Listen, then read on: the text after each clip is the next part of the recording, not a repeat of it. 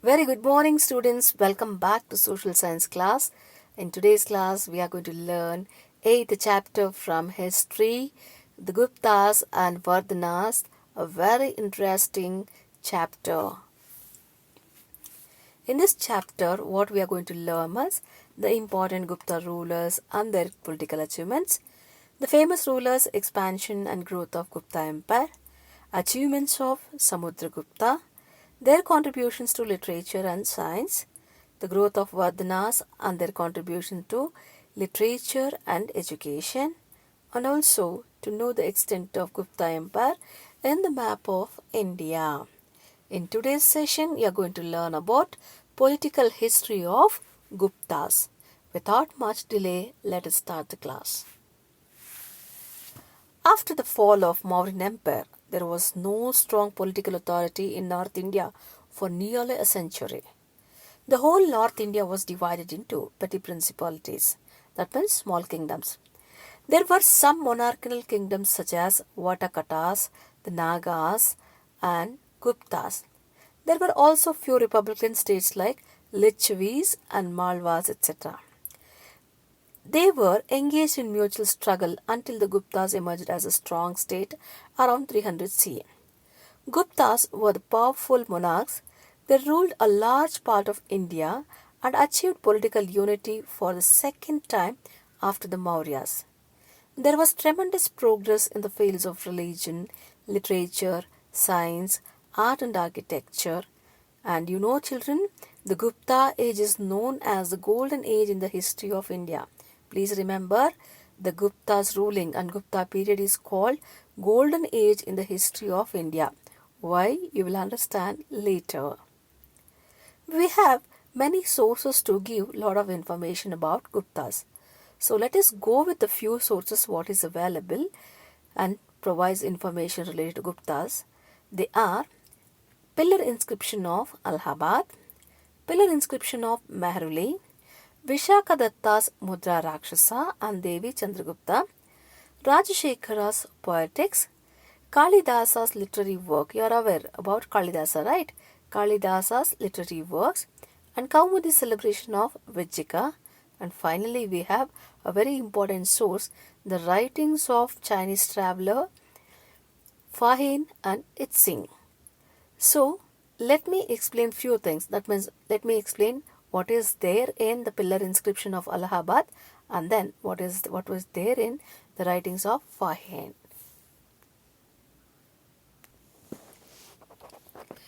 Fahin was the earliest Chinese pilgrim who visited India on religious mission during reign of Chandragupta II.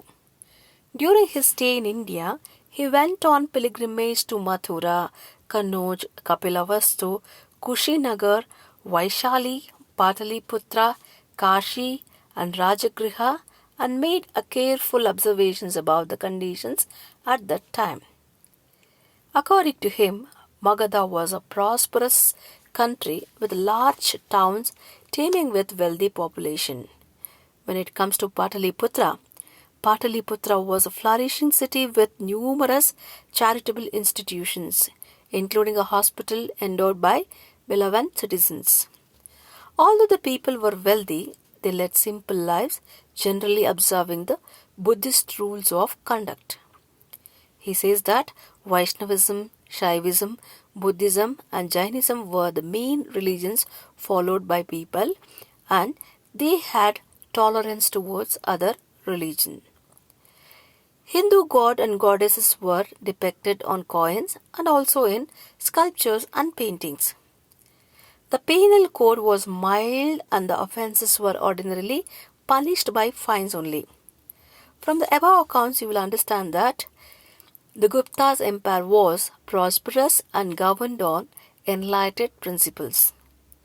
And let us go to the next source, that is the Allahabad pillar inscription or Prayag Prashasti. Allahabad pillar inscription is also called Prayag Prashasti. It is one of the important epigraphic evidences of imperial Guptas, composed by Harisena, the court poet of Samudragupta.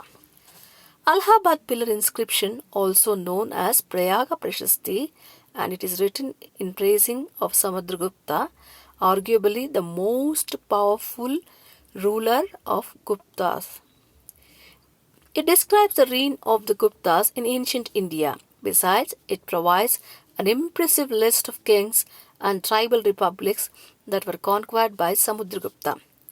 The inscription is also important because of the political geography of India that indicates by naming the different kings and people who populated India in the first half of the 4th century. Now let us come to Kalidasa. Although the subject matter of Kalidasa's work is love, nature and beauty, they nevertheless give reliable information about the government, society and religion of Gupta period. Besides, they also contain traces of political history. So with these sources we'll come to know about political, economical and social conditions of Gupta period. Now let us come to political history of Guptas.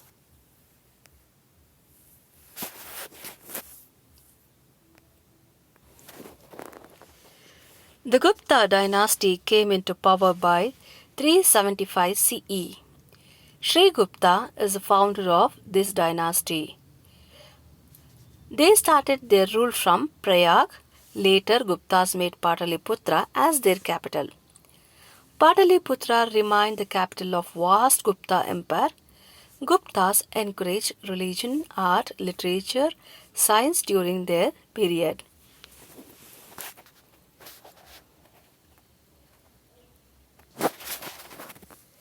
Chandragupta I was the first independent king with the title Maharajadiraja or the King of Kings.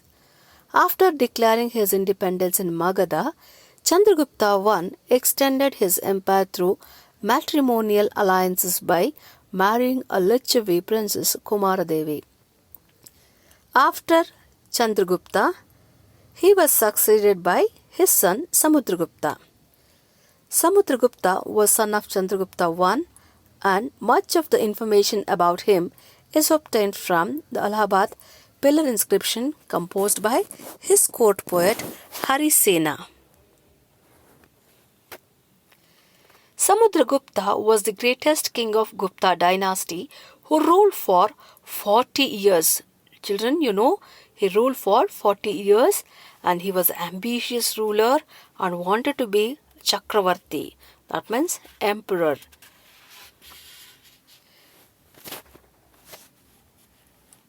Samudragupta is known for his military conquest. He had to wage many wars in order to establish a vast empire. He followed a policy of expansion and aggression. The Allahabad pillar inscription is a reliable source to know about Samudragupta's conquest and the great qualities.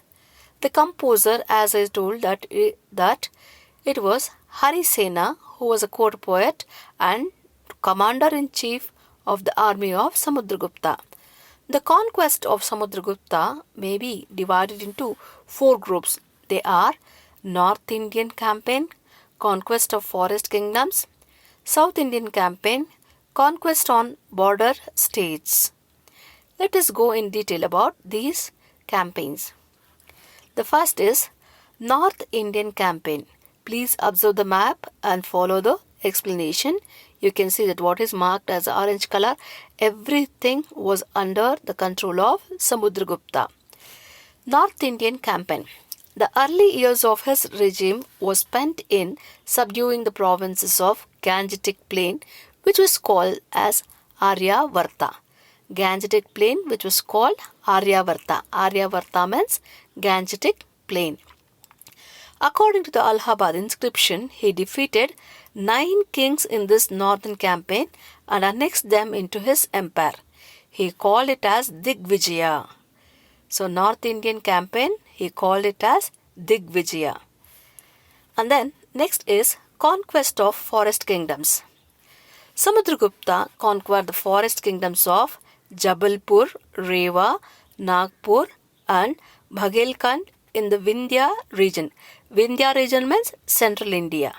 So North Indian campaign over and he has moved to central India, central part. He occupied central part of India. And after that he moved towards South India, South Indian campaign. After formally consolidating his authority in north, Samudragupta turned his attention towards the south and he launched an expedition and his army travelled for about 3000 miles. Samudragupta defeated the 12 kings of South India, but they were reinstated in their respective positions. These kings became his vassals and they accepted to pay tributes and he called this as Dharma Vijaya. So North Indian campaign was called Digvijaya and then South Indian campaign was called Dharma Vijaya. Do you know, children, as I told you, he defeated 12 kings of South India. Who are there? Mahendra of Kosala and then Mantaraja of Kerala and Mahendra of Pistapura and then Vagraja of Mahakantara and then Swayamdatta of Kottura, Vishnugopa of Kanchi, Neela Raja of Avamukta, Kubera of Deva Rashtra and then Damana of Erandapalli and then Hastivarman of Vengi, Ugrasena of Palakkad and Dhananjaya of Kustalapura. So these 12 rulers were defeated by Samudragupta. And next, after that, conquest of border states. Which were those? The boundary states conquered by Samudragupta were Kamapura in Assam and then Samatata in Bengal and then Kartipura in Punjab and Rohilkhand regions. All these places were occupied by Samudragupta. Few places he retained with his administration and many were given back and he made them as his feudatories. Okay, that is the important point. After this conquest, what he did, Samudragupta performed Ashwamedha sacrifice to commemorate his victory. You are aware, you have learned in Veda, in Veda, early Vedic lesson, and also you have learned in Ramayana Mahabharata what does that Ashwamedha sacrifice means. So here Samudragupta performed Ashwamedha Yaga to show his supremacy. That means he was very powerful ruler and that's why he performed Ashwamedha Yaga. He took the title Ashwamedha Parakrama after performing Ashwamedha Yaga and he also issued gold coins with the figure of horse on them. They were one among the 8 types of gold coins issued by him. So totally he issued 8 different gold coins and the one is related to his Ashwamedha Yaga. His empire extended from Kashmir in the north to Tamil Nadu in the south, Punjab in the west to Bengal in the east, and Samudragupta was not only a conqueror but also musician, children. You should remember that. He was not only a conqueror, he was also musician, poet, scholar and a patron of literature. He had the title Kaviraja and Harisena was a great scholar and he was in his court.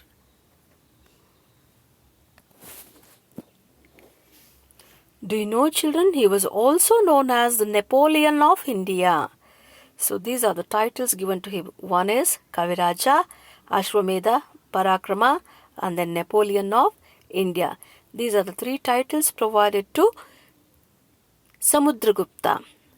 In the picture you can see that he is playing Veena and this particular picture is there on one of his coins. So coins are available and it gives a lot of information about Gupta period. Totally he issued 8 types of gold coins. This is about Samudragupta. After him, his son Chandragupta II continued the ruling. So let us know about Chandragupta II or Vikramaditya. The Gupta inscriptions mention that Chandragupta II succeeded his father Samudragupta. He inherited the military genius of his father and extended the Gupta empire by conquest of his own. He annexed the territories of Sakas, of Malwa, Gujarat and Saurashtra. For this, he was given the title Shakari or conqueror of Shakas. According to noted historian Dr. Vincent Smith, the annexation of Saurashtra and Malwa not only added to the empire provinces of exceptional wealth and fertility, but opened up access to the ports of the western coast and thus placed Chandragupta II in direct touch with the seaborne commerce with Europe through Egypt. Very good information, right, children? Chandragupta II entered into matrimonial alliance as a part of his foreign policy. He married Kuberanaga of Naga family. The Nagas were a powerful ruling clan and this matrimonial alliance helped Gupta ruler in expanding his empire.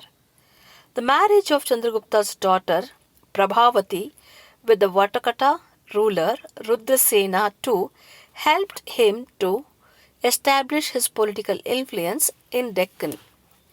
It was during the reign of Chandragupta II that the Chinese pilgrim we have discussed earlier, Fahin, visited India.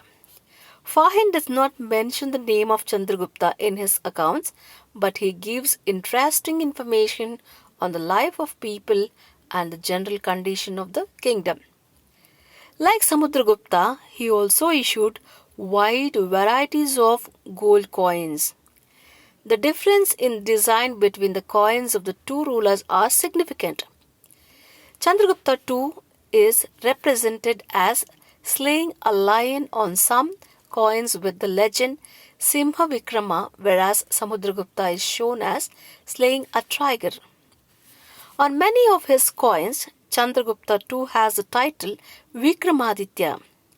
His court is said to have been adorned by 9 gems including Kalidasa, Varahamihira and Amarasimha. After Chandragupta, Kumaragupta succeeded. It was during Kumaragupta's reign that Huns, a Barbarian tribe of Central Asia, invaded India for the first time. At the time of the next attack, the crown prince Skandagupta had ascended the throne. He gave the Huns a crushing defeat and they did not dare attack India in the next 50 years. After this, the Gupta Empire was subjected to continual attack of Huns and thus soon it declined. Like this, the rule of Guptas ended.